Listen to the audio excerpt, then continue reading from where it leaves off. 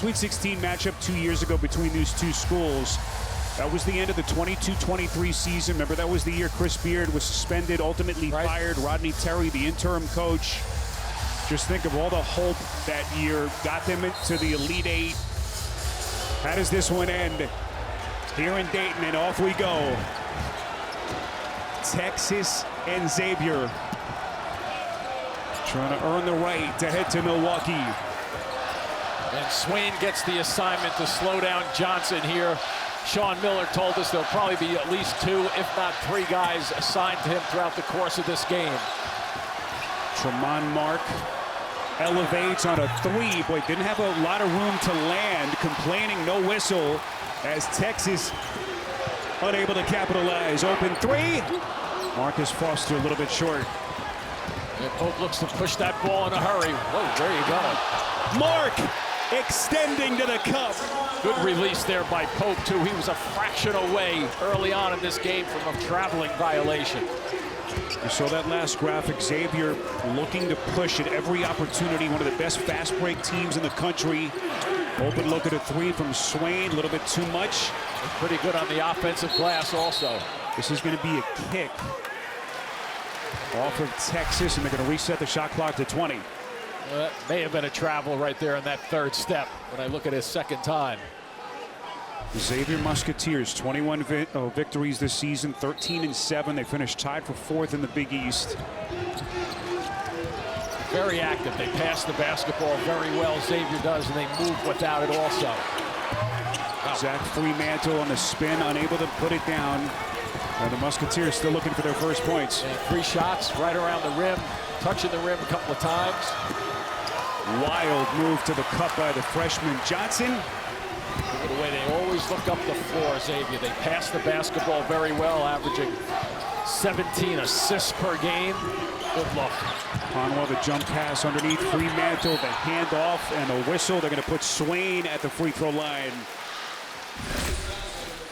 So the Xavier Musketeers, what a frantic finish to close their season. They were picked to finish 3rd in the preseason coaches poll in the Big East. Started 6-0. They climbed as high as 22nd in the AP poll. Then that stumble of a stretch, middle part of the season, Jim, they went 3-7. Early February, they were 14-10, and then they just completely caught fire. And Sean Miller, one of the best at making adjustments, too. A chance to speak with him yesterday, both of us, and just he really has a good understanding of just delivering and communicating to us what his message is with his team and what he's trying to accomplish. Opening couple of minutes, Texas and Xavier. Feeling out process between these 2 heavy hitters. This is Shedrick backing down Fremantle, elevates with that little baby hook, and he left it short. Yeah, with his size, he believes he can shoot over Fremantle or anybody else out there because he's 6'11". Good touch around the basket. Xavier, one of the best shooting teams in the country. Look at Conwell, a thing of beauty. Yeah, and you see him that trip, Conwell, as a left-handed player. He used the right hand to kind of set the left hand swing back and swing it back to the basket so he could get to his power hand. Career high 38 points in their Big East tournament loss to Marquette. As the Musketeers rip it back, a lot of contact. Yeah, a lot of arms flailing too, looking for the officials to get called. There's an offensive foul on Fremantle out front. A legal pick. They say that Fremantle wasn't quite set. And watch this here, Spiro, the way he brings it to the weak hand and then right back to the power hand. You just can't get there, no help from the weak side. And it's about the shoulders there, kind of leaning just a little bit. Never got good, solid screening position. Here's Johnson, elevates, trying to get those shoulders squared. Well played by Swain, who was with him, Jimmy, step for step. Last touched out of bounds underneath by the Musketeers. Keep in mind, too, Swain is at 6'8", long arms, very quick.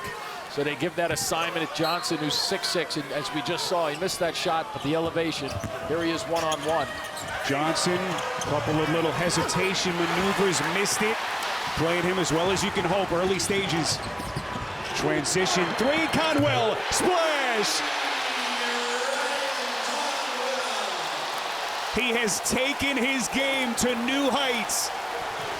better than 24 points over his last 5. How about 38 in the Big East tournament? Here comes Kaluma taking contact. And there's the answer Texas was looking for. And there's a missed assignment defensively right there. You didn't play his power hand. You got to force the drivers to the wing, to their left hand. Here he goes down on the wing, just a stride right into his shot. Nice little rip there for him. And then a right-handed player going strong. And Kaluma does take it off the bounce and will attack. So you have to understand that and force him to his left. Make it a little easier to defend him. What a season for Kaluma, the senior double transfer. First year with the Longhorns after his 1 year at Kansas State. All Big 12 honorable mention there. Prior to that, 2 years with Creighton, where he played in 6 NCAA tournament games with the Blue Jays, and he had really good numbers in those 6 games, better than 13 points. And only 7 points in his last game, and prior to that, he had a 6-game streak of 10 or more. They're giving that shot to Swain, aren't they outside? Swain puts it on the deck to spin. The shot misses in tight. Not a three-point shooter, that's why they're giving it to him. Play the statistics and the numbers, 18% from 3. Well, you saw the attention that Johnson is garnering underneath. Gets it in tight, but Jason Kent couldn't finish the layup. Pretty good effort just then by Fremantle with the foul. And they're going to get Kent as the trailer called for the foul. And everyone's going to catch their breath here in Dayton. First 4 in this heavyweight fight, Xavier and Texas. Early stages on True TV. Xavier and Texas. Jim Spinarkle all tied at 5. Rodney Terry. What a coaching matchup with Sean Miller. 2 men who locked up with their teams in the Sweet 16 2 years ago. Musketeers working quickly. Dante Maddox banging one in from the perimeter. Yeah, and that's a little bit of Sean Miller too just then, setting that play up. And when you know your number has been called and you come off screens looking to shoot, you're generally going to make something happen. Texas quickly answers. Weaver. Having him healthy has been a big, big plus for Texas.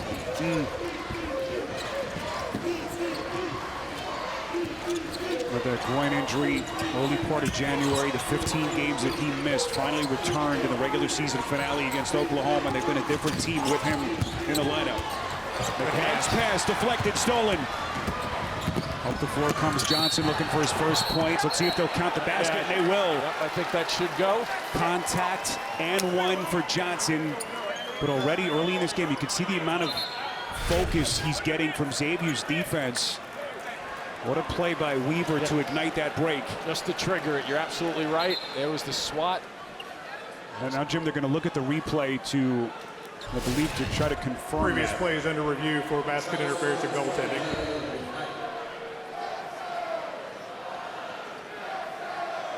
Jim, would you like to make a declaration here before we go to the monitor? Well, you think about it for a second. Let's bring in Gene's territory. Gene? Pressure's on. After review, the call of goaltending is confirmed. With this one for Texas. I didn't even get a chance. It's clearly off the glass, though, guys. You could see James Breeding went in because he called goaltending. They can review it. Clearly off the glass and then blocked, so they will count that basket. That's where you were going with it, weren't you, Jimmy? You always let Jim off the hook. Absolutely, Gene. I had my tape recorder on, getting that tape by you. Very nicely done. All right, so Trey Johnson at the free throw line. We thank Gene for hopping in with us. Just that's basic for newcomers to basketball, Spiro. Once that hits the glass, you can't touch it. So Johnson leaves a point at the free throw line. Texas with a 1-point lead with just over 5 minutes gone by in this first half in Dayton. Here comes Swain gliding to the cup. Remember, he's not a great shooter from the outside, so if you're going to defend him, slack off a little bit. Don't let him go by you on the drive. He's an Ohio kid, grew up in Columbus, sophomore, starting to put it all together. And that's a stroke from deep. Tremont Mark.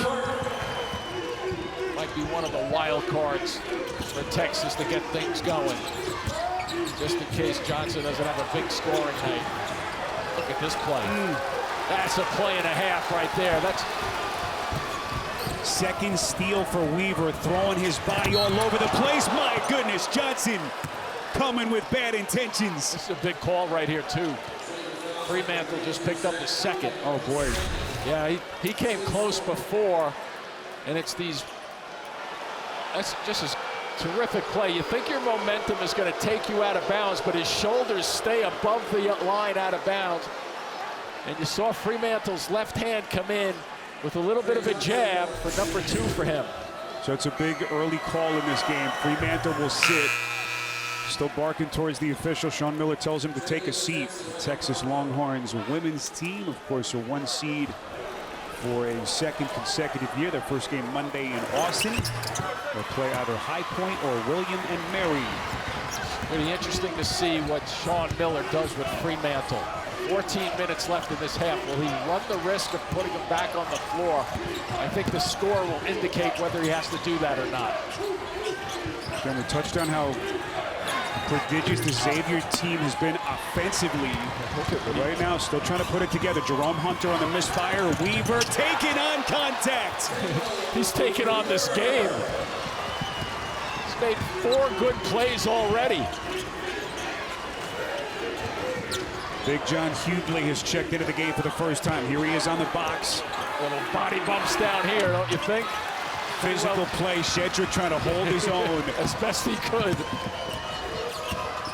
Johnson looking for a seam. Well played by Conwell. He's going to elevate. Corner 3, and he sticks it. Big time shot for the freshman sensation. 9 straight for Texas. And you could see why Johnson scores just a touch under 20 per game. That's a beautiful looking jumper. Texas off to a really good start. Watch the activity. Once it's caught by Weaver as he wiggles his way down and now he goes to his right, back to his left, and squeezes 2 Xavier players out of the play. And here's just a pure jump shot from Johnson. Good looking shot, good looking rotation. Boy, it screams like he can score. Rodney Terry's bunch looking fierce here at the start. 9 straight points for the Longhorns. All the experience on this Texas team. 6 different players that have played 100 career games. And 6 guys who've had 1,000 career points. And showing why here under the bright lights. There's a pull-up on a 3, and that's good. Big shot. Maddox red hot at the start. I think they were looking to try to post one of their bigs just then without Fremantle on the floor, but just nothing there. Texas defended that very well in the middle of the paint. Graduate player out of Chicago Heights, Illinois. Boy, has really developed into a consistent boost of scoring off of their bench. Like the pick and rolls out high for Johnson. Johnson probing, coughs it up. Knocked high in the air. Shedrick, he's going to fire and hits. Boy, gets the broken play to work for them. Caden Shedrick, a graduate. Back-to-back 14-point games coming in out of the SEC tournament. There's the cut underneath. For a beautiful roll to the basket.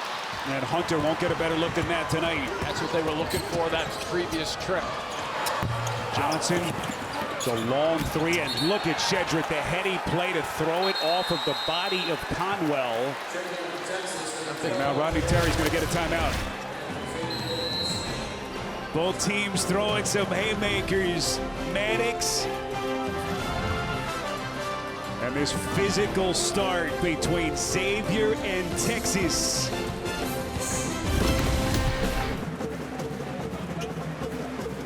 All right, I'm here with Rodney Terry. How did your team have an 8-point lead?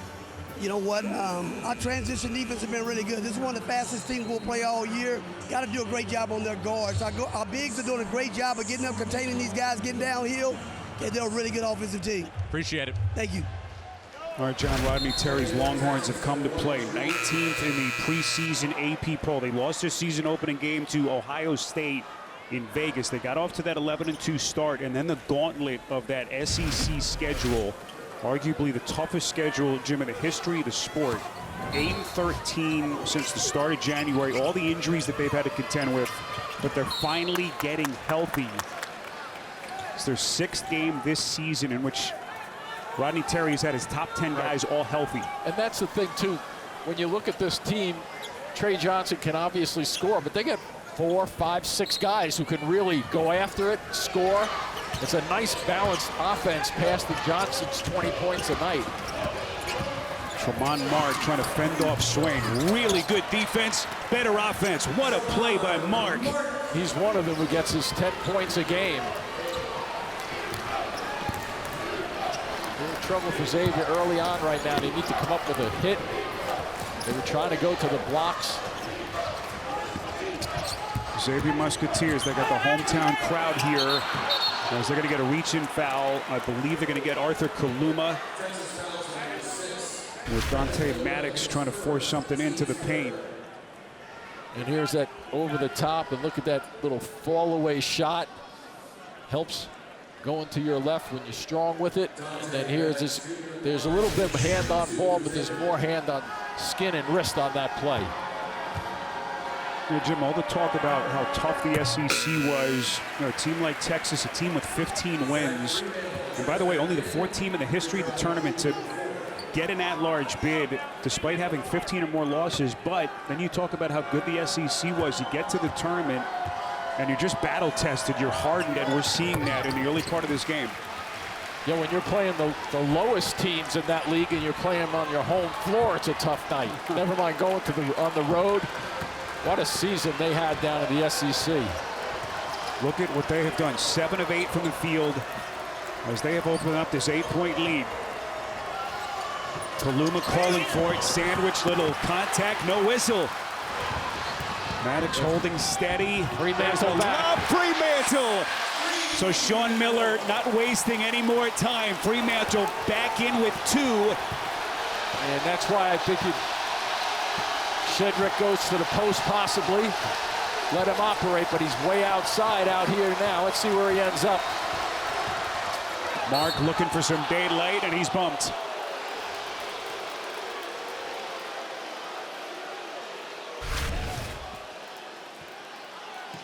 So here's the action down low. A little step across. Got to be a bump. A little bit of a bump to knock him off his balance there. Maybe one that was missed. And Fremantle, as we discussed about 3 minutes ago, how will Sean Miller play that out with him having 2 fouls? I know he's going to be really cautious once they get down to about the 5-minute mark. If he can stay away from that third, I'd go at him a couple of times, though. So Kaluma turns the corner, little trip, kind of inadvertently got his feet tangled up. They're lucky here, though, because they got Foster first on this call. Boy, that was a little bit too close for comfort for the Musketeers. Yeah, watch Fremantle behind. Oh, my goodness. He walled up. He didn't put the arms down, so I don't think that was going to be a call on him. But to your point, very, very close.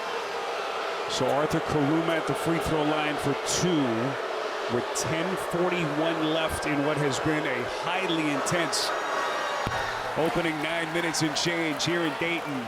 Now, I know Fremantle has been around a long time. Seasoned guy, experienced guy, smart guy. But he plays so hard all the time, both offensively and defensively. He's always in the mix, so he has to be really careful. So Fremantle again playing with 2. Even when he's set screens, he has to make sure he's set. Maddox gets it back from Fremantle, hounding Longhorns defense. Fremantle nearly lost it, fading away. Off the front of the rim, just trying to get himself going. Yeah, good shot to get that off, too. Another little peek at where these teams sit in the baby brackets. That's a 3. Pope. I don't think you can go behind that screen with him at 36% free shooter. Texas now 4 of 6 from downtown. McKnight shadowed by Pope, gets it to Maddox. He's been hot. Nope. A little bit too much, and the basketball belongs back to Texas. Watch Pope, you go behind the screen. That's a good screen out front. He just lights it up. Good rhythm. And letting his bench know that he's ready to play. Texas team that was the 13-seeded team, just crazy in the SEC tournament last week in Nashville. Johnson out of the corner, Johnson to the cup, just dazzling. Did you notice that Fremantle didn't have a free run at him, so he backed off on that play. What a tantalizing talent of Trey Johnson, and now the biggest lead of the night for the Longhorns. Little contact. A chance at 3 for Davion McKnight. Watch here with Fremantle, number 32. He's going to just back out because he can't risk on a drive like that from a talented player. Now watch the body action right there. Contact, good smart move to put McKnight at the line for an N1. Well, Sean Miller, one of the brilliant offensive minds in the sport. Just watching him coach, his brain, his mind working like a mile a minute. Looking over at his bench, conversing with his coaches, making the decision to reinsert Fremantle with 2 personals right around the midway point of this first half. 9 and change, mark. Oh, steps. Travel, you're right. So Xavier, Jim, trying to tighten the clamps now with their own defense. They have to find the true comfort zone in their offense. Does Fremantle get a touch or 2 on the blocks and maybe isolate him a little bit because he's so fancy and tricky with his footwork?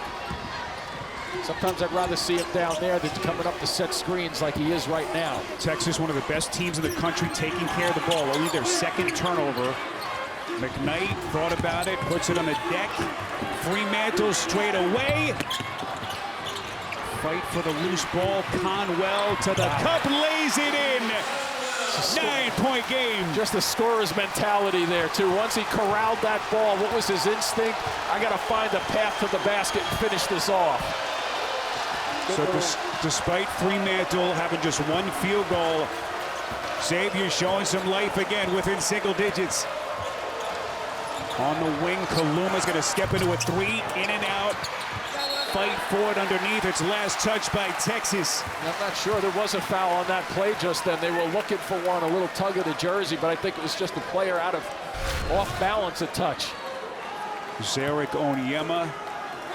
Terrific effort for it underneath. Just couldn't quite squeeze it. Yep, not a foul.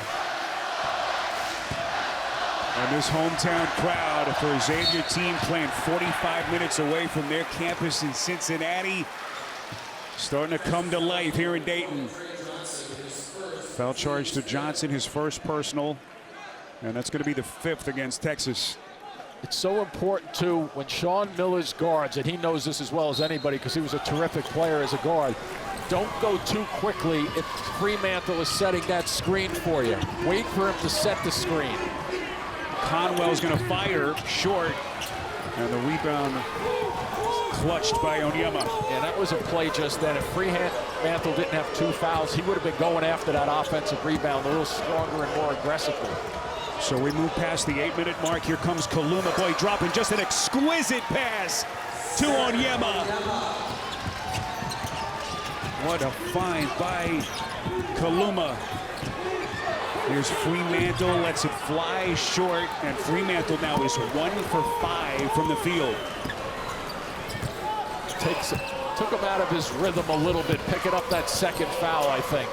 Fremantle, the number 5 scorer this season in the Big East. That better than 17 per game. Johnson sizes up Dalen Swain, and there's the whistle. You lead with the hands, they're in trouble defensively. That's going to lead to a 1-and-1 for Texas when we come back. Dayton Art Institute on a pretty night here in Dayton, Ohio.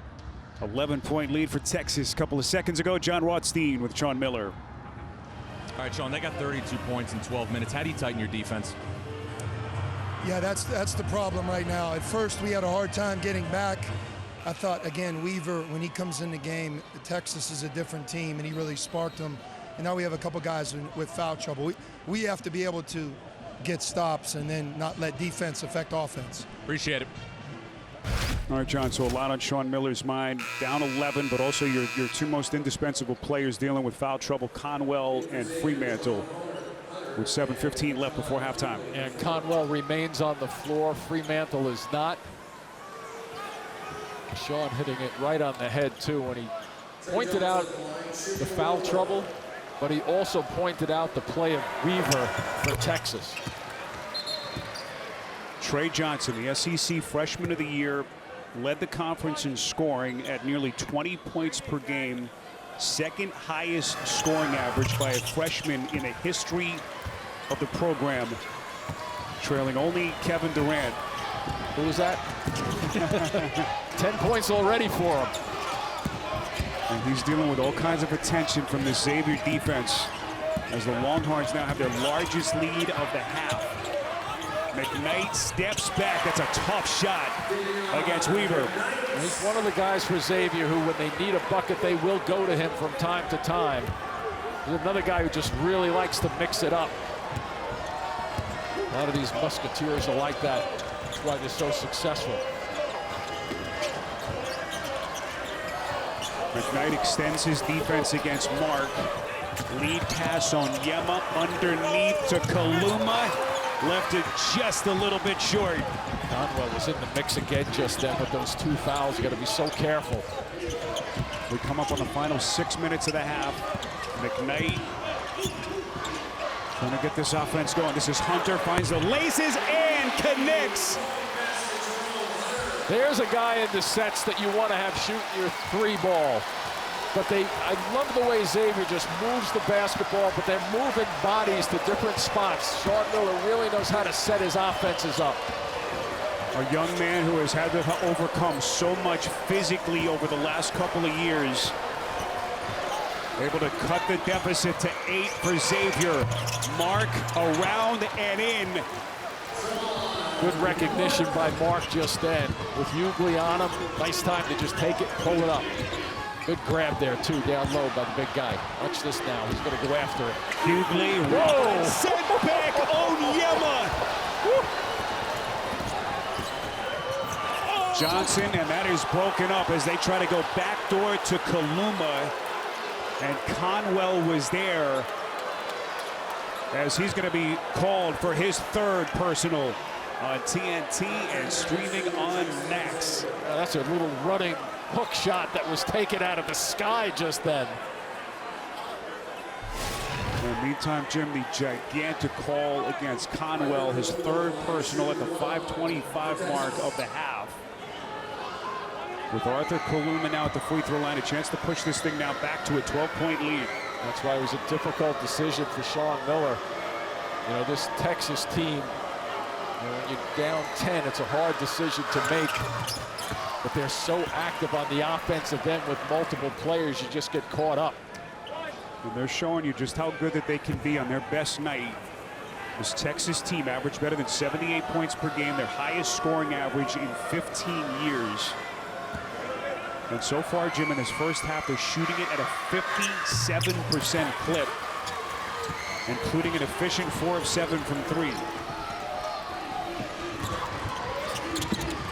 11-point Xavier deficit. Hard pass to Hunter. Foster. Pretty good. Underneath, good hesitation, and the officials say goaltend. That was a great screen by Hunter, too, to get that opportunity to work along the baseline. So Foster's going to get his first points of the night. Nice use of the head fake to get Mark to bite, and then Shedrick, they say, took it off the glass. Yep. Clearly hit the glass. Rodney Terry turns 57 later this month. 3rd season at the helm of the program. Those 2 different stints as an assistant at the school. What a pass underneath, a jump find by Mark. 3 perimeter players for Texas have the ability to put it on the deck. Here we go again the other way. Weaver involved. Look how fast he gets to the rack. From half court, he knew he was going to get to that bucket. It's back to 13 for Texas. Xavier that only turns it over 11 times a game. Only 4 right now, but they've been just real sad miscues for them. Foster trying to back his way down against the freshman Johnson. Couple of fakes, soft touch. It's part of that patience that they have. So many of these Xavier players have been around the block. Not in a hurry. Once they know where they want to get to on the floor, they're willing to take an extra second or 2 off the clock to make sure they get a good shot. Marcus Foster, the graduate transfer out of Atlanta, transferring from Furman, first year in the program. As we cross the 4-minute mark before halftime, Mark's going to fire from deep, back of the rim. Boy, Hughley ran into his own guy, Maddox. Nice play right there to save it in the passing lane. So Xavier catches a break, they get it back, but they're in an 11-point hole. Interesting enough, Fremantle is on the side, getting ready to check in. Foster, the fake, got Johnson to bite. Oh, nearly dropped. Pretty move. Marcus Foster starting to get hot for this offense. Man, they know how to put it on the paint and really deliver the goods for their teammates. Pretty unselfish team. They also get about 13 assists a game, and this Weaver, nobody's getting an assist on that. There's our game summary. With 3:24 left before halftime, an 11-point lead for Texas, 41-30 in what has been just a highly efficient offensive game, but their defense has been, Jim, even better. Smothering. Just the effort, the hustle. Once they get it, they've been going with it. Look at this play. Sit back, wait for the hook. Double teaming the ball and going after it occasionally. And Weaver is really giving them a real good look with the minutes he's playing for Rodney Terry. And just consider that all the injuries that Rodney Terry's staff has had to contend with this year. Top 6 guys in their rotation that have missed more than 40 games this season, but just getting healthy at the perfect time as we check in with John. Well, Spiro, you hit the nail on the head. In talking to Texas' staff in January and February, they felt if they got healthy and got Kendall Weaver back, they would be a formidable team in the SEC. This season, with Kendall Weaver in the lineup, Texas is 13-6. When he's not, they're 6-9. Two different teams. Fun to watch the way he plays too, John. Very energetic. Here's an isolation. Fremantle has to be careful. Onyema out front to Pope. Still plenty of time to shoot. Pope elevates. A little bit short. Onyema. Strong work on the interior. Laid up on the rim just a fraction too long. I think it threw Fremantle's timing off in the rebound. 4th offensive rebound of the half. And look at the points in the paint. One of the big differences so far in the box score. As we cross the 3-minute mark, first half, in his first 4 play-in game here in Dayton, Ohio, between Xavier and Texas. What a first half Dante Maddox is putting together for the Musketeers. And my gut tells me that he might be thinking about getting Fremantle out of here. So this possession defensively, I think, is huge, that he does not pick up a foul. Here comes Weaver. Well played. Kent, here he comes. Fremantle walling up. Strong finish by Kent. Not sure you want to take that big a chance walling up, though, either. He does it so well. Here comes Swain, nearly coughed it up. Reset Foster as we hit the 2-minute mark. Xavier with possession in an 11-point hole. Swain crosses over, turnover. Their 5th.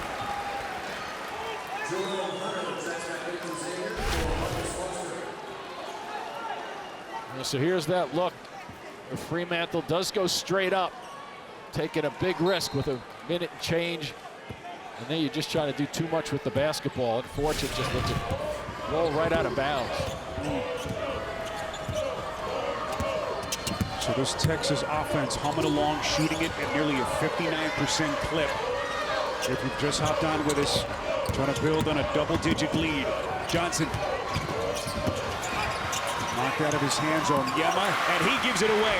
Hunter the steal. You got a layup.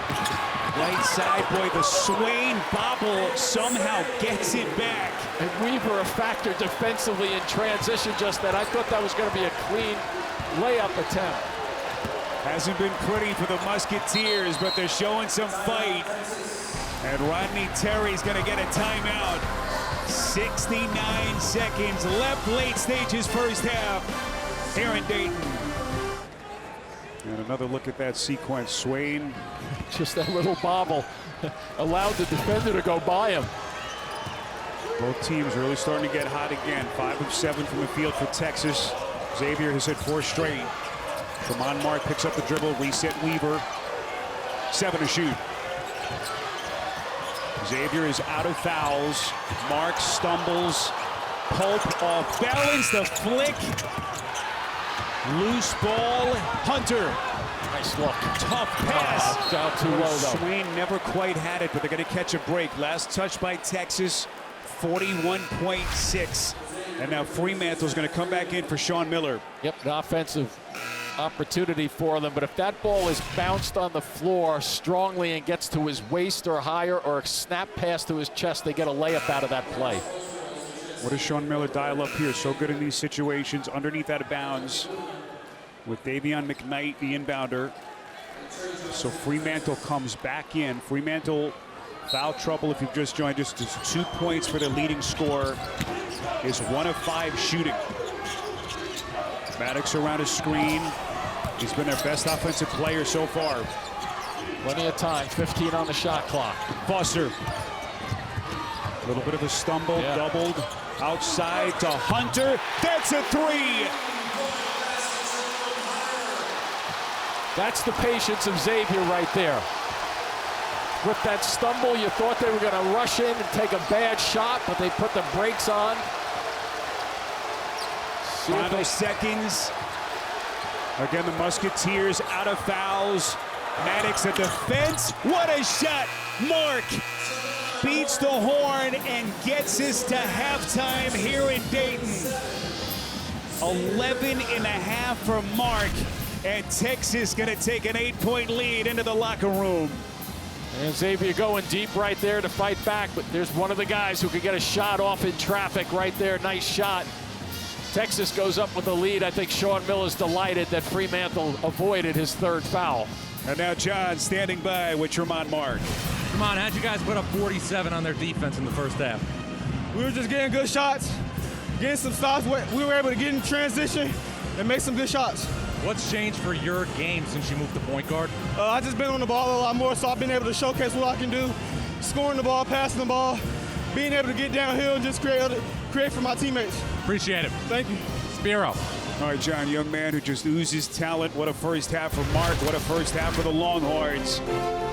In a fight with the Musketeers, with the winner hoping to move on to the first round. We'll get you to AT&T in the half next. As we welcome you back to Dayton and look at our first half stats built by the Home Depot 8-point Texas lead. Key part of that first half, Zach Fremantle, leading scorer for Xavier, picked up his 2nd foul just over the 14-minute mark left in the first half. He didn't pick up his 3rd, so that was really one of the good pieces of news for them as we welcome you back courtside. Spiro and Jim, we'll hear from John here in just a second. First half thoughts, and what are we looking for here second half? Very impressed with Texas. You know, Johnson is a great player as a young freshman and can score at will, really, and he did his job in terms of getting halfway to his average, but the other complementary pieces, I don't even know if they're complementary or not. They're just very, very good pieces that they have to this puzzle. They're a tough out because they have multiple guys who can score. Some of the key numbers in that first half is Sean Miller and Xavier trying to stay within striking distance despite the 2 best players having the issues. Ryan Conwell picked up his 3rd late in that first half as we throw it over to John. All right, Spiro, I talked to both guys. Sean Miller told me that in order for Xavier to have a chance to win this game, it simply has to defend Texas better. He said defense will also spark our transition game, which will allow us to get easy baskets. Meanwhile, Rodney Terry told his team, we know Xavier's going to make a run. We have to let the game play out. And he said, fellas, we played in the best league in the country. We played in the best league in the history of college basketball. We played in the SEC. Nothing that we're going to see over the next 20 minutes we haven't seen before, Spiro. All good points there, John, and I think one of the major points here for the first 10 minutes of this half is making sure Conwell doesn't pick up a 4th foul, because that'll take him out of this. Oh, did he leave his feet? He kept one. He did. He took that dribble. But kept the pivot foot down, I guess. But he's got to just play cautiously at the defensive end. McKnight nice. Underneath. Kaluma has been terrific, and then the save. Up the floor to Pope. Hesitation maneuver, McKnight. reached in and he got it off of the leg of Pope. So two terrific defensive plays at both ends. Yeah, Kaluma's save was terrific. And down the other end defensively to save a bucket. Experienced Xavier team. We'll see if I'd like to see them get Fremantle a couple of touches down low. There's one right here. Nice look. Here he is, Swain on the dive. Showing that upper body strength. And it's a touch with Fremantle. You have to give him a little bit of a look when he gets it close to the post. See right here, he catches it there, and you start looking around, and that frees up the lane because it starts to drag the defensive guys to his side a little bit. Very well executed play to start things off for Xavier. Swain, only a sophomore, starting to put it together. We mentioned the fact double-digit points in 11 of his last 14, including that loss to Marquette. In a quarterfinal loss. Musketeers, after that missed free throw, now 4 of 8 at the stripe as a team tonight. And they're a very good free throw shooting team. Boy, what a night Tremont Mark is putting together for Texas. He has 14 points to lead all scorers. And that was his second triple of the night. So many weapons on this floor for Texas. Where can Fremantle get going? Lets it fly and cans it. I think he believes, based on the first half, when he took 2 or 3 shots like that and missed them, I think he believes that Shedrick is not going to come out and be able to defend that shot. It'll be interesting to see if he goes back to that shot again, to see if he gets a hot hand. 5th leading scorer in the Big East this season was Fremantle. Pope steps back, misses badly. And the fans are now starting to get behind Xavier. This place packed to capacity in what amounts to basically a home game for the Musketeers. Closest they've been since they were down 16-10 early in the first half. Foster picked up the dribble, skips it. This is Swain. That's a good decision. He doesn't shoot the 3 ball. Fremantle looking for a second 3 in the last minute. That was right on target too, wasn't it? He's now 1 of 4 from the 3-point stripe. 6-point game. Trey Johnson, 10 points, 3 of 7 from the field if you've just joined us. Shadowed on the perimeter as he has been most of the night. Nice Boy, give and go. Shedrick couldn't get it to him. Nice hedge too by Fremantle. Good look. Swain, smart pass, and here comes Xavier. They may want to talk this over. Yeah, it looks like they're going to talk it over.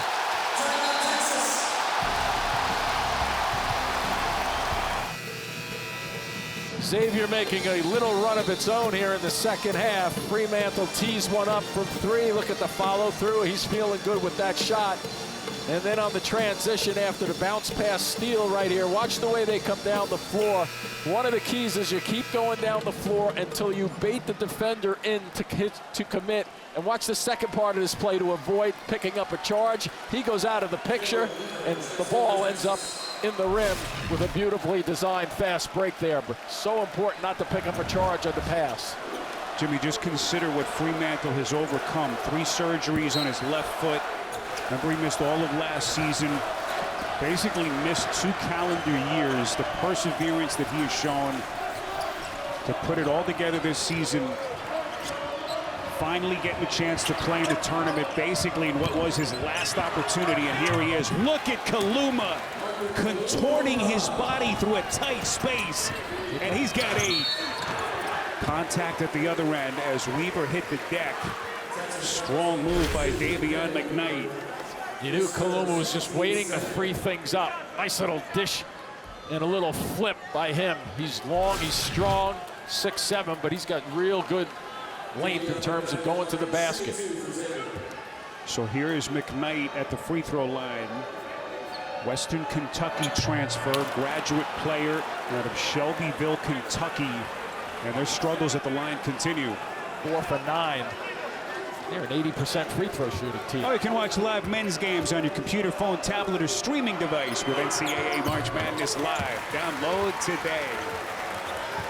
So Xavier, number 6 in the country, as Jim alluded to earlier, in free throw percentage. So this is really out of character for them. There's a 3. Johnson sprinkling some of his stardust here in Dayton. Even when you think you're on him and you've contained him, he can move one step away from you to get a shot. Uh-oh, big timer. The steal. And just like that, Texas throwing a haymaker.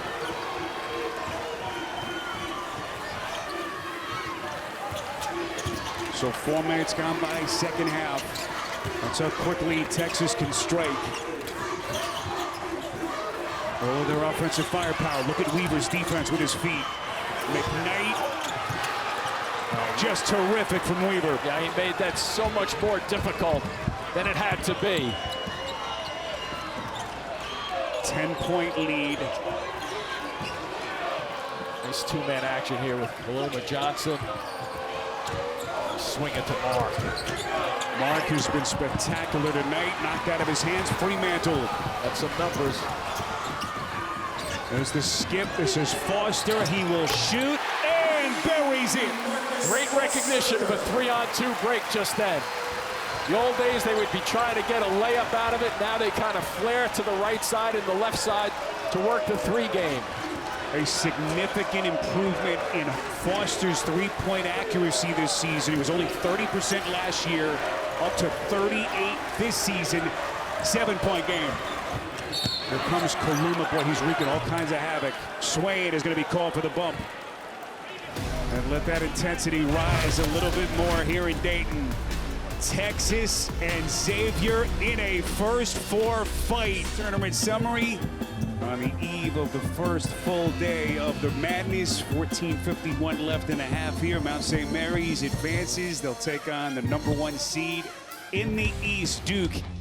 And meanwhile, the devastating talent of one of the premier freshmen in the country, Trey Johnson. Really smooth with the basketball. Watch this play here. He just strides right, one step back to get a little separation for his 3. Just really remarkable for a young player. There he is again, isolated on the right side against Swain. Johnson crosses over, showing the handle, and they get Swain on a reach-in. Where you get the defender out on an island like that, deep in the corner. This kid's a scary sight in front of you as Swain is whistled for his 3rd. And watch the patience that he shows. And there's that grab. It's an easy call for the officials. But he just baits you into thinking he's going to shoot, then he's not going to shoot, then he does it again, and the 3rd time he comes at you. You know, it was interesting to talk to Rodney Terry yesterday about the growth of this kid. You know, with all the accolades, Jim led the SEC in scoring, highest average of any Division I freshman in the country. The growth that he showed during the season, you know, being the focal point of opposing scouting reports every night, the trust that he developed in his teammates, really just checked every box. And consider the league he played in.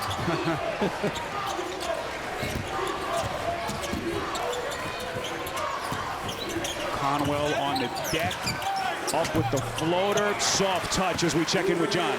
Well, guys, you were talking about Trey Johnson. When I talked to Sean Miller about him, I asked him, how does he compare to the best freshmen that you've coached in your career? Guys like Stanley Johnson in Arizona. And he said, John, from a perimeter perspective, he might be better than all I've ever coached because of his ability to shoot, Spiro. Well, it's a big statement considering how good Johnson was. What a defensive rip. That could have very well been a tie-up, too, just then on the way through the... Watch the way they get the hands on the ball right here. That could have been a tie-up. Where they give Weaver a taste of his own medicine. Yeah. Weaver's been so good tonight with his hands defensively. Big momentum shift right here if they can get a bucket. Here's Conwell. He can fill it quickly, well short. And it's last touched by the Musketeers. See Sean Miller with Conwell complaining to the official, telling Conwell to just forget about it and get back down the floor.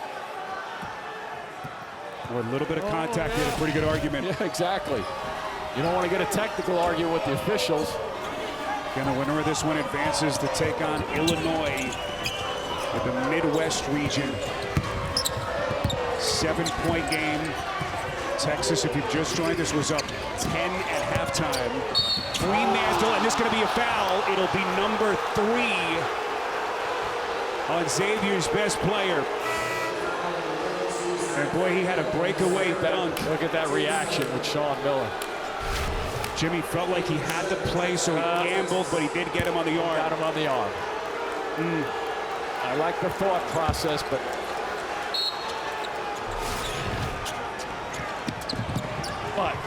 I'll just let that hang. Johnson on the launch, got it! Well, he just flares to certain spots on the floor. I know he's putting, I don't want to make this sound like he's not playing hard, because he plays hard, but he doesn't look like he's playing hard the way he can just score different ways. Just effortless. Fremantle going glass. It's a tough shot.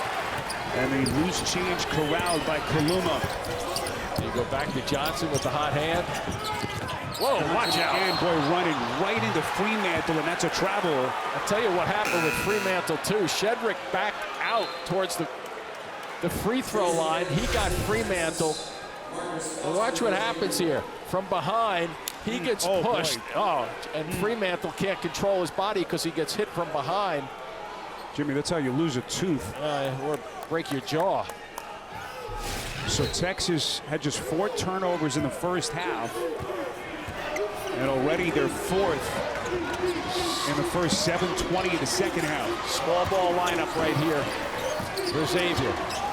Maddox, top of the circle, gets him reset. Maddox to the fire.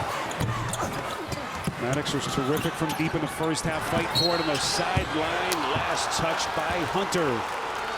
And just what effort by both of these two teams, throwing their bodies all over the gym. Rolled off the Xavier player just then.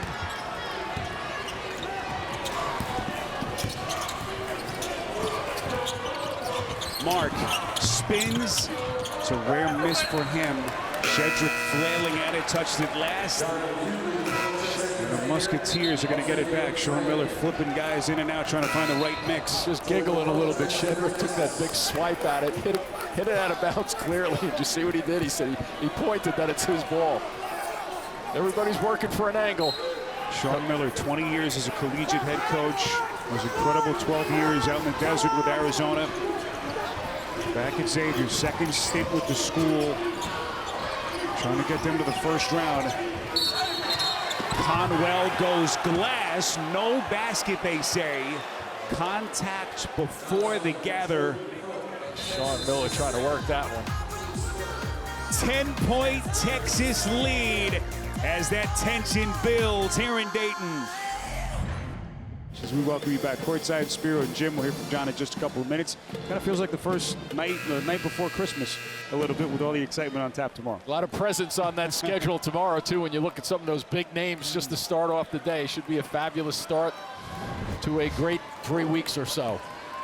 So, Jim, here we go. 10-point game, 12 minutes left exactly. A lot of talk, intense talk in that Sean Miller, Xavier timeout huddle, and we get a whistle here. It's on Jordan Pope. That's going to be his 3rd personal. It's the 4th against Texas. Officials now deciding if they're going to allow Tremont Mark to come in with the substitution, and they will. So Pope, Jim, will sit with his 3 fouls. And he joins Swain, Conwell, and Fremantle for 3 players for Xavier who have 3 fouls.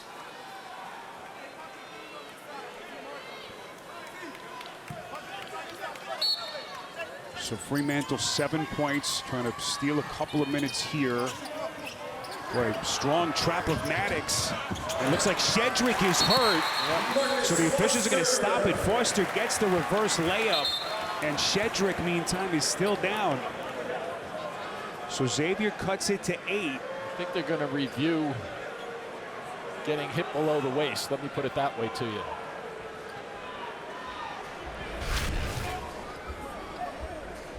He tries to go through here. Previous play is under review. So interesting, Jim, they score a basket. You know, maybe if you go back and determine that there's something extra there from Maddox in what appeared to be just a basketball play. Yeah, he's trying to go through. I don't think there's an intent right there. He's trying to split it. Gene, this is interesting. Take us through the rule book here and what the officials could determine with this call. Well, because you don't have anything there now, they can come out with a flagrant foul. I don't think there's anything there. It's a basketball play. The defender, Shedrick, is in the cylinder a little bit, but the knee that does hit him in a sensitive area, to me, is inadvertent. It's a basketball move. I don't think there's any intent there, anything that would rise to the level of flagrant, guys. Yeah, and Gene, with the rule, I believe, correct me if I'm wrong right now, this play continues because there's no foul called. They get the bucket, now they stop it because you have an injury, and then they can go to the monitor and make that determination that you just articulated. After review, the contact is ruled incidental and there is no foul on the play. You're 100% right, Jimmy. That is exactly what they would do with the play. And in this case, as James Breeding just said, incidental, play on. But yes, the way you broke it down is exactly how they would do it. All right, so nothing extra. Basket stands for Xavier, and it's an 8-point game. Well, just nothing extra unless you're Shedrick. Yeah, exactly. Taking a shot. But fantastic point, Jim. Just a really excellent crew here tonight. James Breeding, 3 Final Fours. Terry Oglesby, 4 Final Fours, 3 national titles. And Christopher Merlot all over it here. Just a little different look by Xavier just then to go full court. Maybe take a little time off the clock before Texas can get into their set. Now it's 15 seconds. They really haven't done anything on the offensive end, so it's 10 seconds or so, but it makes some difference. Mark, short arm, mid-range J, offensive rebound, and then Kent was shoved underneath. They're going to get Maddox. As Texas again, Jim, hitting the offensive glass. And watch behind him. Conwell is there, but he stays away because he's smart enough to try to avoid that 4th foul. And I said earlier, if he could get to the 10-minute mark, it would be a great sign for Xavier. Fremantle still on the bench, meantime, for the Musketeers. Hughley defending Onyema. He's not budging, no. Onyema flicks it up, left it short. Terrific defense from Hughley. And the fans recognize that, too, or some of the maybe Texas fans are thinking there was too much bumping. Nice look. Foster! Real good look. Just bring that ball over 3 or 4 strides and see what happens. Sean Miller's team is so good at passing the basketball, spacing the floor. Wow. Boy, Mark getting to the rim quickly, and again it's Kent on the offensive board. He's going to earn himself a trip to the free throw line with 10:47 left. Bring it right and then bring it left. And see how much room you have to shoot. It's a nice little catch and shoot for a guy who can put it away at just under 40%, 38 on the season, 38% on the season. Well, Jim, we thought that this was going to be a terrific matchup, and these two teams have not disappointed. Texas out of the gauntlet that was the SEC this season, and this Xavier team that had won 7 straight before their Big East quarterfinal loss to Marquette. Starting to show some life. Don't miss a Minecraft movie, only in theaters April 4th.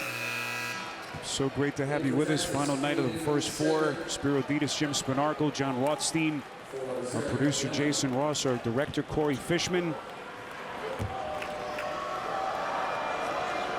53% shooter at the line, too, so you have to be ready to block out. Steps up and hits a pair. So that'll get it to 7 for Rodney Terry's bunch. Just think of all the years that Rodney Terry has been with this program, all the way back to Rick Barnes' staff, that last Texas Final Four team in 2003. Terry an assistant on that staff. Look at Swain gliding to the rack. He just couldn't finish. They got a nice little bump screen out front, right around the free throw line by Conwell to free him up. So we come up on the midway point of this second half. Weaver gets it to Mark. Good no shot right there. He was thinking of shooting it. Mark, 14 points, lifted his pivot foot. So for all the great work that Texas did taking care of the ball, Jim, in the first half, they've gotten sloppy since. See that bump right there? Conwell may have bumped him right out of the play, though. Well, now he's made it to the 10-minute mark just about, so I think maybe they call number 7 to get him involved. Take some chances on the offensive side of the floor with him. Here comes Swain, jump stops. What a defensive play by Shedrick. Just swallowed him up underneath. Watch the way he walls up on this play. Initial wall up and then just waits. And you come down like that, if you miss the ball, 9 out of 10 times you're going to get called for a foul on that play, but he got all leather just then. Just masterful defensive instincts by Caden Shedrick. 3rd leading shot blocker in the SEC and in the top 35 in the country this season. Just under 2 a game. Here comes Johnson taking a little body bumping. He had it knocked out of his hands. McKnight. Good decision. Doesn't have numbers. Foster, boy, thought about it just for a second. I don't think he got his legs set to shoot, though. That was a good decision by him. Foster, all that strength. There you go. Fremantle slithers in. This is Foster. He got it. How about Fremantle with his size at 6'9", playing like a little bit of a guard action just then. And he avoided a charge also by skipping to his left and making a terrific delivery. How good has Foster been tonight? His 3rd 3. He's got 17 for the Musketeers. Johnson's got to step back and launch short. Follows his own miss, and he is whacked. Fremantle was there, and if it's on him, that's going to be his 4th. And now the officials are going to get McKnight. Well, the defense leads to an offensive opportunity right here. Look at Fremantle avoiding any charge or any kind of problems. Sets his teammate up. Foster, great shooting 3-point shot. What a break that is for the Musketeers as Johnson misses on the front end.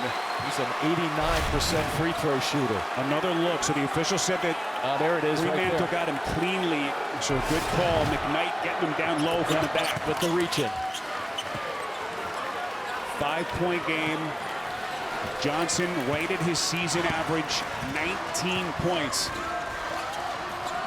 And that leads all scorers. Oh, watch out. Hit it right off. I think that glanced off his head, Hunter. Yes, it did. It's a lucky bounce. Fremantle on the box. Watch the footwork. Spins, goes left hand. Textbook. Yeah, he's really tough to guard. Once he get an isolation play with him, he can go with that lefty hook. He come to the middle with a lane. He's just real tricky.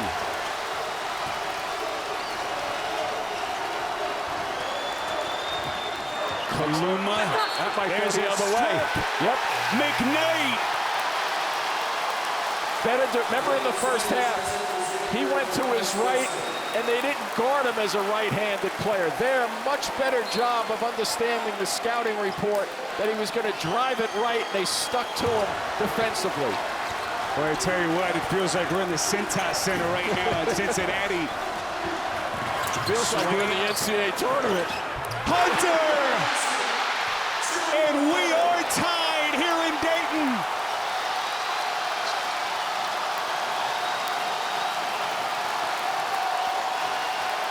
Both of these teams are battle-tested, though. It's going to be a great 8 minutes.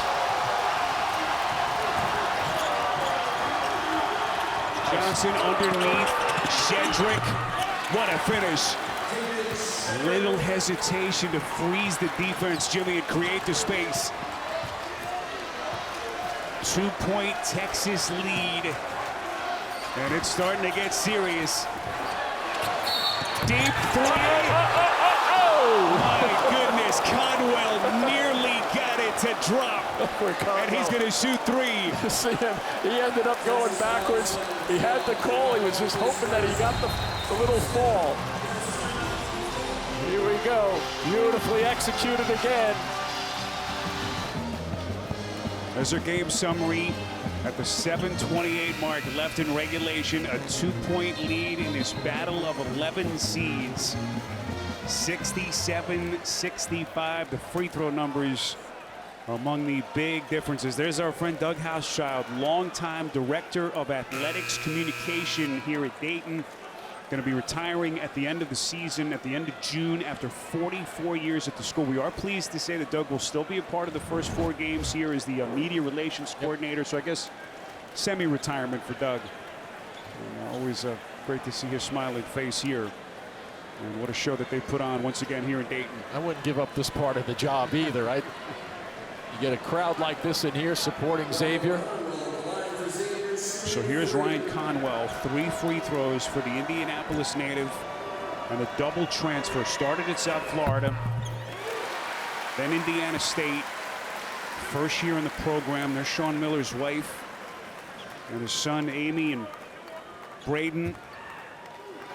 The emotions, coach's wife, family members living and dying with their team. I would expect this guy at the line to get really involved in the last 7.5 minutes of this game. 83% free throw shoot, hits 2 out of 3. John, you were listening on that Xavier timeout huddle. Yes, Spiro. Sean Miller urged his team passionately. If 5 guys block out moving forward and we rebound, we will win. Don't be the guy who gives up an offensive rebound over the final 8 minutes, Spiro. Can his Musketeers answer the bell against this ultra-tough Texas team? That's a hole by Fremantle. Boy, if it is, it's going to be his 4th. With still 7:10 left. He just flat out was beaten to the cut. And they took, watch this right here. Watch what he does. He's beaten to the basket, and then watch what he grabs. He knows he's in trouble. And not only that, it's his 4th. It also puts them over the limit. So a 1-and-1 for Caden Shedrick. And now Fremantle's got to sit, Jim. So that is just a gigantic call. You know, I think that makes sense, getting him out of there. Probably tired, number 1. Number 2, your anxiety starts to pick up a little bit. You don't want him to take a needless chance at the 7-minute mark. Probably going to see him around 5 minutes or so would be my guess. Shedrick, a 67% free throw shooter. So everything else on Sean Miller's mind. Now he's got to deal with the continuing foul trouble of Fremantle on the bench with 4. Keep in mind, Conwell's got 3. And the chess match between Miller and Rodney Terry continues. Shedrick, the Holly Springs, North Carolina native, able to get it through. There's a look at where these 2 teams sit. Winner moving on. Midwest first-round matchup against Illinois. Weaver on Conwell. Pretty good matchup because they're trying to get Conwell some activity. We crossed the 7-minute mark.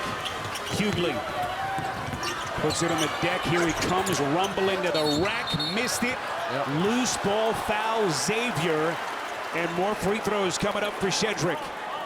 It'll be a 1-and-1 with 6:46 remaining. Watch how hard this ball comes off. Doesn't hit the rim. Hunter's just trying to get some position on the offensive glass, but there's no real easy way to rebound that basketball. It's almost the equivalent of an air ball. It comes off so fast, the air ball misses everything. It just throws all the timing off when it comes to rebounding. Texas Longhorns, 19th in the preseason AP poll. Got off to that 11-2 start. Then, of course, had to fight their way through the SEC, arguably the greatest season of any conference in the history of the sport. And the Xavier Musketeers, 21-11.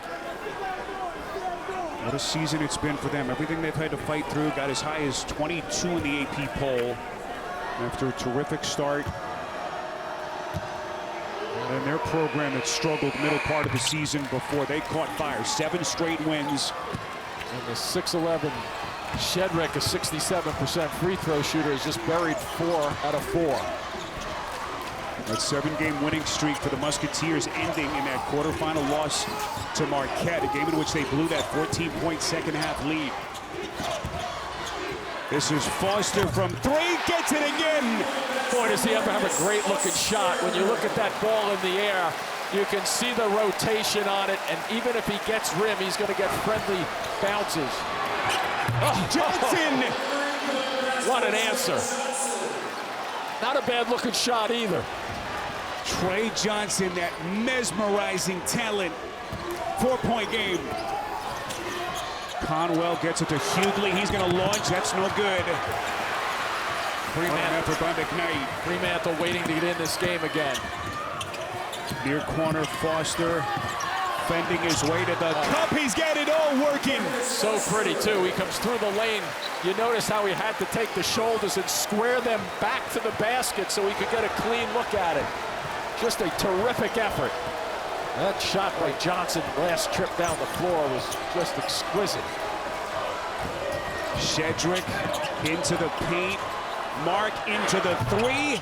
Well short. Where Johnson able to tap it to himself. Cover deep in the corner. This is Mark. Underneath. Weaver. Missed it. Hughley a factor there with his body. Musketeers looking to push. Oh, he's on again, is he? Hughley! Xavier takes the lead. That's a gutsy shot. Let me tell you, that is a gutsy shot.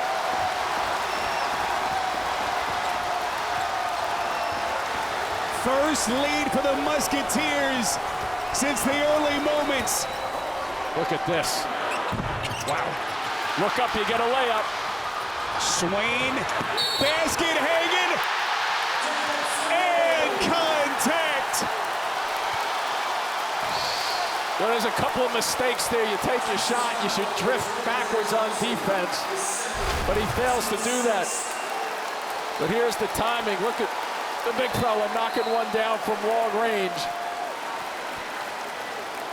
And then watch, he doesn't get back on defense and watch it behind. You can't see it in that one, but his hand pushes off the back of the shooter. An easy call for the officials to put him at the line. Swain, an 83% shooter. 7 straight points for the Musketeers. They have answered the bell, and they are digging deep. And we talked about them having troubles. I think they were 4 for 9 at one point from the free throw line. Everything reverts back to the mean, and their shooting is picked up from the free throw line. Not great, but 8 for 14 at least. Musketeers at one point down 13. They've got a 4-point lead. Mark. Beautiful, beautiful. Got it. That's a great move right there. Going to his right, the lefty. Good answer. Tremont Mark, a freshman back on that Houston team that went all the way to the Final Four. What a career he's put together, and what a night he's had. Hughley. Rebound Corral. Here comes Mark looking for more. Kaluma filling the lane, careening to the cup. Missed it. Wow. Shedrick had a chance. And Xavier's lead stays at 2. Best thing can happen for this game right now for these players is get to that media timeout, because they're winded. Everyone standing here in Dayton, and Sean Miller's going to get a timeout. I think he recognized his team might as well get a timeout, because this is a huge, huge offensive possession. Let that drama build a little bit more here in Dayton. It's a street fight. Texas and Xavier on True TV. And just a sensational game. What a second half push we're seeing here from the Musketeers. That's a +10 in the points for them in the second half, and everybody has gotten involved. So passing the basketball, they have 17 assists. Guess what? They average 17 assists. Sean Miller told both of us yesterday when we were speaking to him, if we can keep our turnovers below 10, we'll be in pretty good shape. Guess what? They've done that. They only have 7.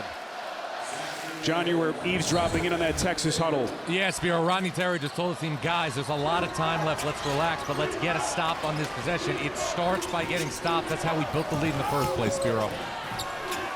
Xavier was down 13 late first half. They were down 10 at halftime. Shot clock at 1. Hunter recognizes, fires. Good job just to get it on the rim, and then Mark clears. Xavier bench was pleading for travel.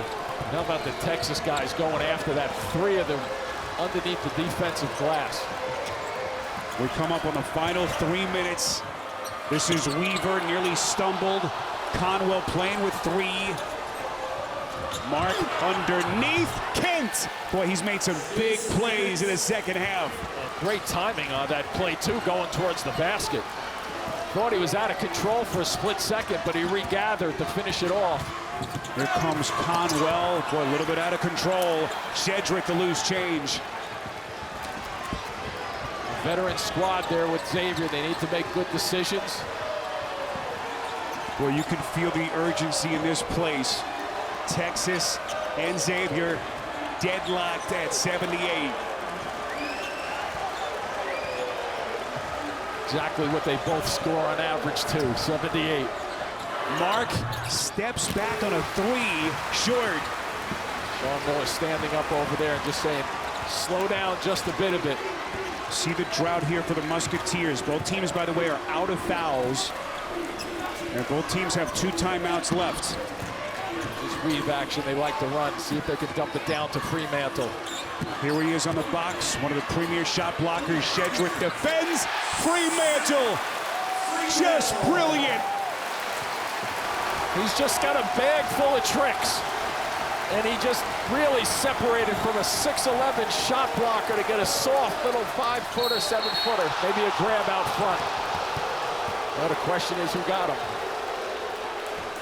Remember, Fremantle is playing with 4 personals. Here's the tricks. And then that little bit of a separation. So Foster is whistled for his second. 1-1 for the freshman Johnson with 95 seconds left and his team down a deuce. And look at the numbers, 88% on the season, but 6 of 9. See how he does in a big-time situation. Nothing but bottom. Told you about his brilliant season. SEC Freshman of the Year. All-conference second team, led the SEC in scoring at nearly 20 a night, but he misses the second and they're still down. Which of these 2 teams is going to be punching its ticket to the first round on Friday night? Does Conwell get the ball back or does it Fremantle? Shot clock down to 6. Conwell picks it up. Aaron pass. Boy, did they get a bump? They got Fremantle Shedrick, is fouled. He was unbelievable. Trying to cut to the basket, and I believe Shedrick just threw a big body at him, didn't he? Texas is over the limit, 1-1 for Fremantle. Yeah, you see that from behind. Shedrick gets him. Watch here, little, yep, left arm came up.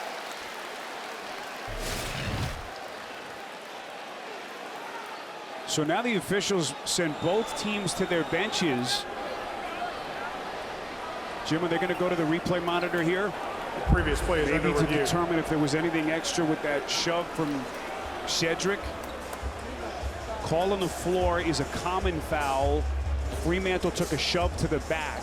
I'm thinking I'm going to stay with that as a common foul. First look at it. Let's take middle of your picture, a little bit of a forearm shove.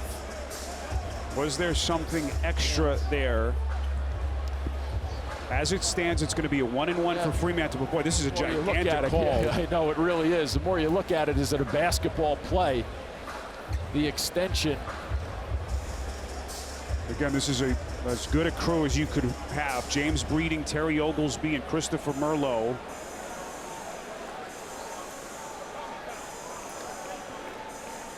After review, the call of a common foul is confirmed.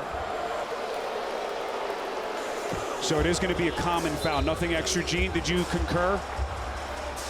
Yeah, I do, Spiro. I think, look, Shedrick's coming in. They're trying to fight for position. I don't think he extends it to the place where we got to an excessive, unnecessary. You're battling for position in this point in the game. I think a common foul is a good call on the play, guys.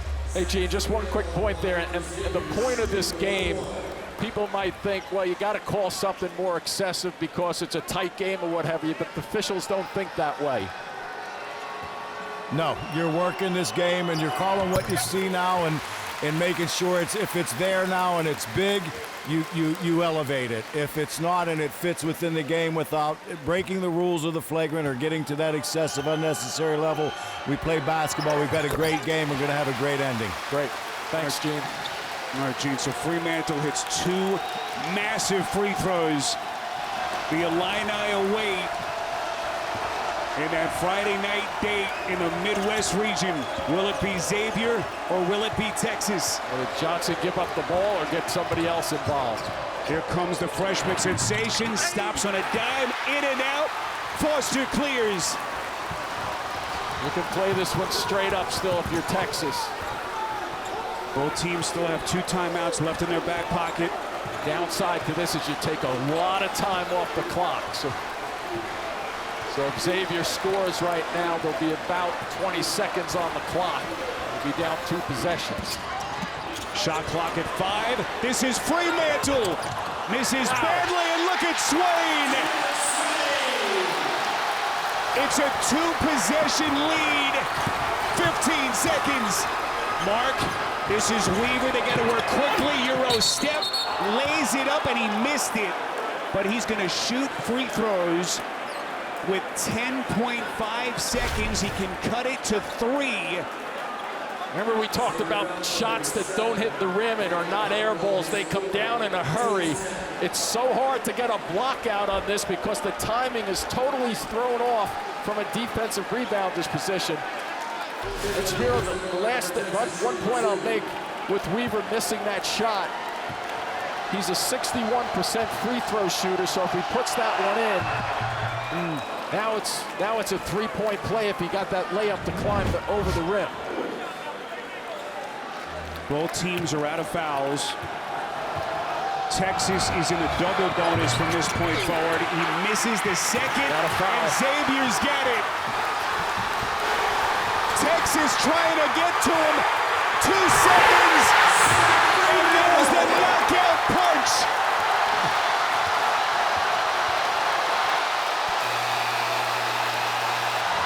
And the Xavier Musketeers scrapping their way to a Friday night first-round date with Illinois.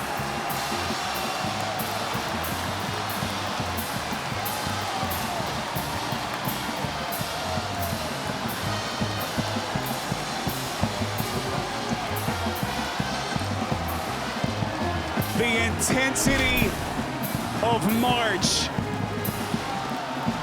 just incredible. The Musketeers, all the fight that Sean Miller's team has shown down the stretch of the season. The 7 straight wins before that quarterfinal loss in the Big East tournament to Marquette. Putting it all together, they overcome a 10-point halftime deficit against this excellent Texas team, and they win it 86-80. And the Musketeers avenging that Sweet 16 loss to the Longhorns from 2 years ago as we check in with John. Sean, this is March. 2 years ago, you lost to Texas in the Sweet 16. Now you're back. You've had a lot of big NCAA tournament wins in your life. Where does this one rank? This may be one of the best that I've ever been a part of, just in terms of game. I thought we were dead in the water 2 different times. But I will tell you, like, that's the one thing about our team. The resiliency of the group has always won out for us. Just when you thought, like, we're not going to make the tournament, we kept winning. And just even in this game, just when you're like, it's not going to work out, we have a funny way of staying with it. And a lot of it's for this guy right here. Zach was injured time and time again, year after year. He was hurt earlier this season. But when the game was in the balance, he made the go-ahead shot. What was going through your body in terms of those emotions when this guy put you ahead? The basketball gods always reward the player that does every single thing right in that biggest moment of his career. I really believe it. And with this guy, nobody has worked harder at the game, harder to come back than he has. I mean, you can imagine the dark days that he's gone through.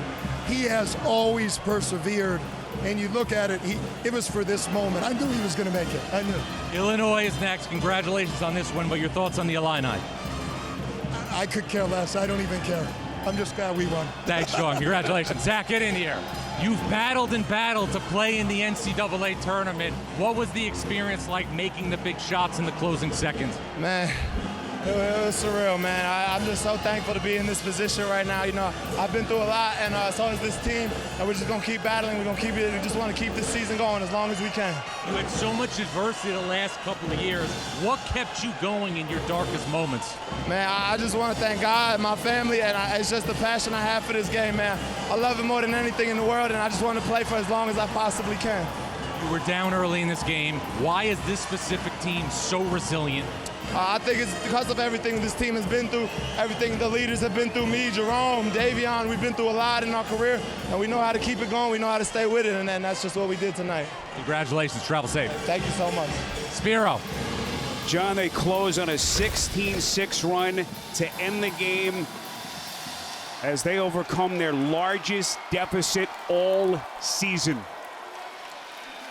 And they are moving on to take on Illinois on Friday night. For the magic of this tournament, it'll get the heart pumping.